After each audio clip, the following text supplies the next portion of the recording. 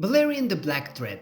He was born in Valeria before 114 BC and named after the Valerian god of death and the underworld. He was one of the 5 dragons brought by Aegon Targaryen to Dragonstone to escape the doom of Valeria. Valerian was ridden by King Aegon Targaryen I during the conquest, as well as by Maegor the Cruel, Princess Arya Targaryen, and Prince Viserys Targaryen. Valerian had black scales and wings, and his fire was black with red swirls. At his peak, his flames could melt steel and stone and turn sand into glass. He was the largest of all Targaryen dragons, with a wingspan that could shadow entire towns. His teeth were as long as swords, and his jaws could swallow an aurochs or a mammoth whole.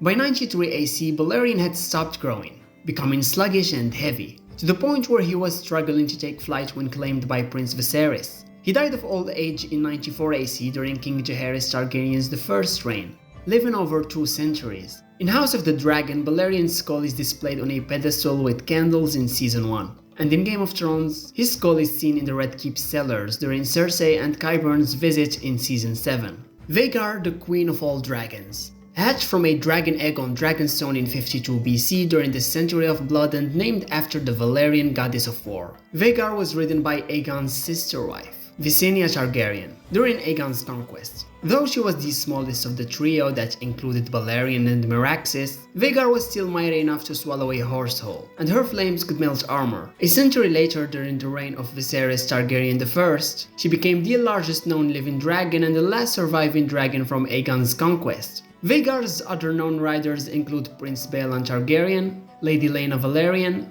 and Prince Aemon Targaryen. Vhagar was described as bronze with greenish-blue highlights and bright green eyes. By the time of the Dance of the Dragons, Vhagar had survived 100 battles, growing almost as large as Balerion, and was the oldest and largest dragon in Westeros. Her roar was powerful enough to shake the very foundations of Storm's End. No living dragon could match her size or ferocity. Vhagar is frequently seen in House of the Dragon, and I can never get tired of her.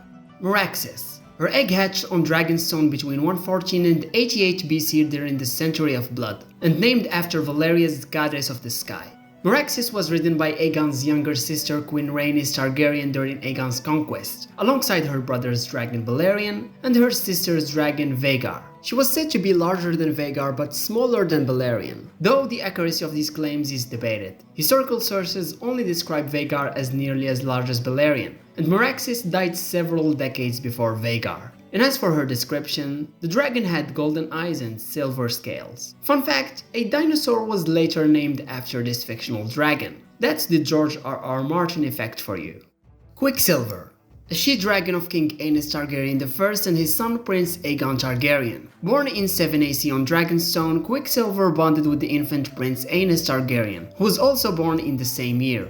After the death of his father, King Aenys, Prince Aegon Targaryen claimed Quicksilver and rode her into battle at the God's Eye. This conflict marked the first time since the Doom of Valeria that dragons fought in the sky. But Quicksilver was no match for Balerion the Black Dread, who was 4 times her size. As for the description of the dragon, he was presumably silver to white in color, similar to Meraxes.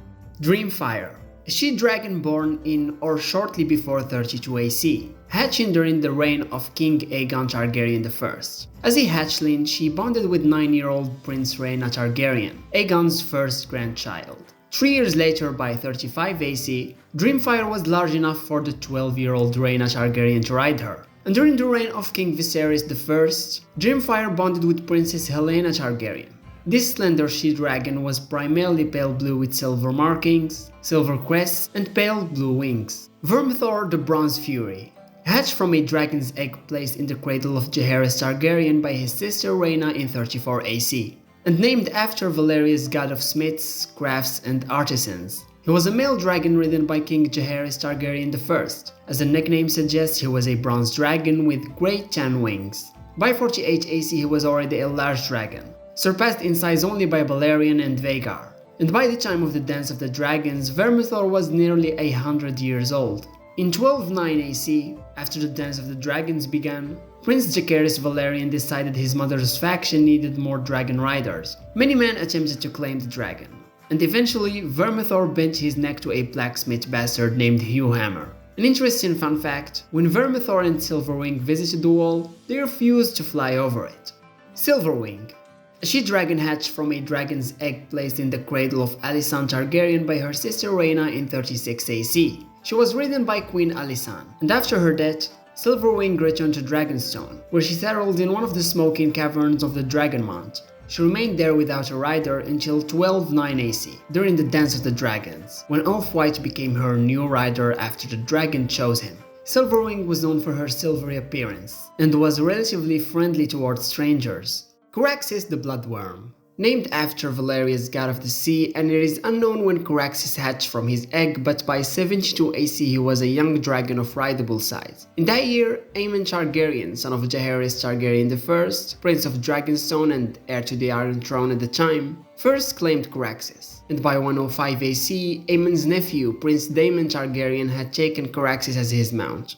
Caraxes was a massive, lean dragon with red scales, yellow eyes, a beard of horns, and wing-like membranes on his legs that enhanced his aerodynamic serpentine physique. In battle, Caraxes was fearsome and experienced, and during the Dance of the Dragons he was about half the size of Vhagar.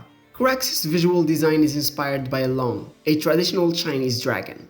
He is prominently featured in House of the Dragon, and he is one of my favorite dragons in terms of appearance. Meleys the Red Queen. Named after Valerius, goddess of love and fertility, and it is unknown when she was born too, but by 75 AC, she resided in the Dragon Pit in King's Landing, unridden. That year, the newly married Princess Alyssa Targaryen decided to become a dragon rider and claimed Meleys. The dragon had scarlet scales and pink membranes on her wings, earning her the alias the Red Queen. Meleys was described as splendid and magnificent, and was considered one of the swiftest dragons in Westeros, easily outpacing Caraxes and Vhagar.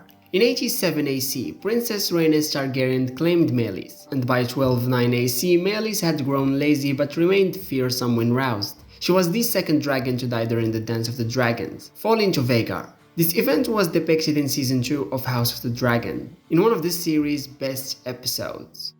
Syrax. A she-dragon ridden exclusively by Rhaenyra Targaryen and was named by her after the Valerius god of wine, fruitlessness, and chaos. Syrax had yellow scales. She was large and formidable, though not as fearsome or battle-hardened as Caraxes. Syrax was kept in chains and well-fed, having not hunted for years by the time of the Dance of the Dragons. Rhaenyra first mounted Syrax in 104 AC when she was just 7 years old. She is notably the only dragon specifically described as laying eggs, having produced several clutches during the reign of Rhaenyra's father Viserys I. Her latest clutch was laid just before the Dance of the Dragons, with one egg being given to Daemon's daughter Rhaena. Seasmoke. By 101 AC, Seasmoke was a young dragon bonded with Laenor Velaryon, though Laenor had yet to ride him. After Laenor's death in 120 AC, Seasmoke made his lair in the Dragonmount on Dragonstone, and remained rideless for nearly a decade. As I mentioned before in the Vertimore section, during the Death of the Dragons, Laenor's son, Prince Jaehaerys Velaryon, sought new dragon riders for his faction. He offered knighthood, lands, and riches to anyone who could claim the rideless dragons. Most attempts ended in death or severe burns in an event known as the Red Sowing. During one such attempt, Seasmoke killed Sir Stephen Darklyn, a Queen's Guard of Rhaenyra Targaryen. Eventually, Adam of Hall successfully claimed and rode Seasmoke, or one might say Seasmoke claimed him. Seasmoke was a pale silver-grey dragon, of fighting size during the dance but still young and exceptionally agile in the air. Moondancer, a young she-dragon born on Dragonstone, ridden by Lady Baela Targaryen. She remained on Dragonstone with her rider for most of the first 2 years of the Dance of the Dragons. Moondancer was slender and pale green, with horns, crest, and wing bones that were pearl. She was exceptionally quick, both in the sky and on the ground. In 129 AC, Moondancer was not yet large enough to carry the 13-year-old Baela Targaryen, but by the following year Baela was able to mount her. At that time, Moondancer was no larger than a warhorse, and weighed even less. Although Moondancer was originally set to make a brief appearance in the first season of House of the Dragon, her scene was cut off for time reasons. However, she did appear in Season 2 to scare off Ser Criston. Sheepstealer. He was a wild dragon during the Dance of the Dragons. He resided at the back of Dragonmount, hunting between Driftmark and Windwater. Sheepstealer was unattractive, mud-brown in color. He wasn't aggressive toward humans unless provoked, but he was known to be vicious and ill-tempered. He had a particular taste for mutton, and while he occasionally devoured sheepdogs, he never harmed shepherds. A bastard girl named Nettles eventually became his rider. By the time Nettles bonded with Sheep Stealer, he was over 50 years old. She managed to tame him by leaving out a freshly killed sheep for him every morning, gradually causing him to grow accustomed to her presence until he allowed her to mount him. Grey Ghost. It was the name given by the small folk of Dragonstone to a wild dragon living on the island during the Dance of the Dragons. Grey Ghost was pale grey-white, resembling the morning mist. He was notably shy, avoiding men and their activities for years at a time. Grey Ghost preferred feeding on fish and was often seen flying low over the narrow sea, snatching prey from the waters. His habit of avoiding people and his ability to hide in clouds and mists is what earned him his name. Grey Ghost was never claimed nor ridden by any man, and was one of the 3 wild dragons of Dragonstone. In 130 AC, the crew of the Nysaria witnessed Grey Ghost fighting another dragon in the sky above the Dragonmount. Grey Ghost was slain in the struggle. Sir Robert Quince initially assumed this was the work of the cannibal, but in truth, Grey Ghost was vanquished and partially devoured by Sunfire upon his return to Dragonstone. The Cannibal. He was the 3rd wild dragon that lived on Dragonstone during the Dance of the Dragons. Hatched in or before 114 BC, he was black as coal with menacing green eyes. He was the largest and oldest of the 3. The small folk of Dragonstone alleged that the cannibal was on Dragonstone before the Targaryens fled the Doom, over 100 years before Aegon's conquest, making him the oldest dragon in the world during the dance and possibly older even than Balerion. This claim is disputed by maesters, who find it unlikely that a dragon could be so long-lived, with Balerion having died of natural causes at the age of at least 208. Several decades before the dance. The cannibal earned his name for his hostility toward House Targaryen's dragons, whom he was known to attack and devour. He used to feed on carcasses of dead dragons, and descend upon the hatcheries of Dragonstone to gorge himself on newborn hatchlings and eggs. In fact, he is the only dragon known to regard his own species as source of food. The cannibal mostly refrained from killing people, unless they disturbed him. He never accepted a rider, and his lair being littered with the bones of a dozen would-be dragon riders.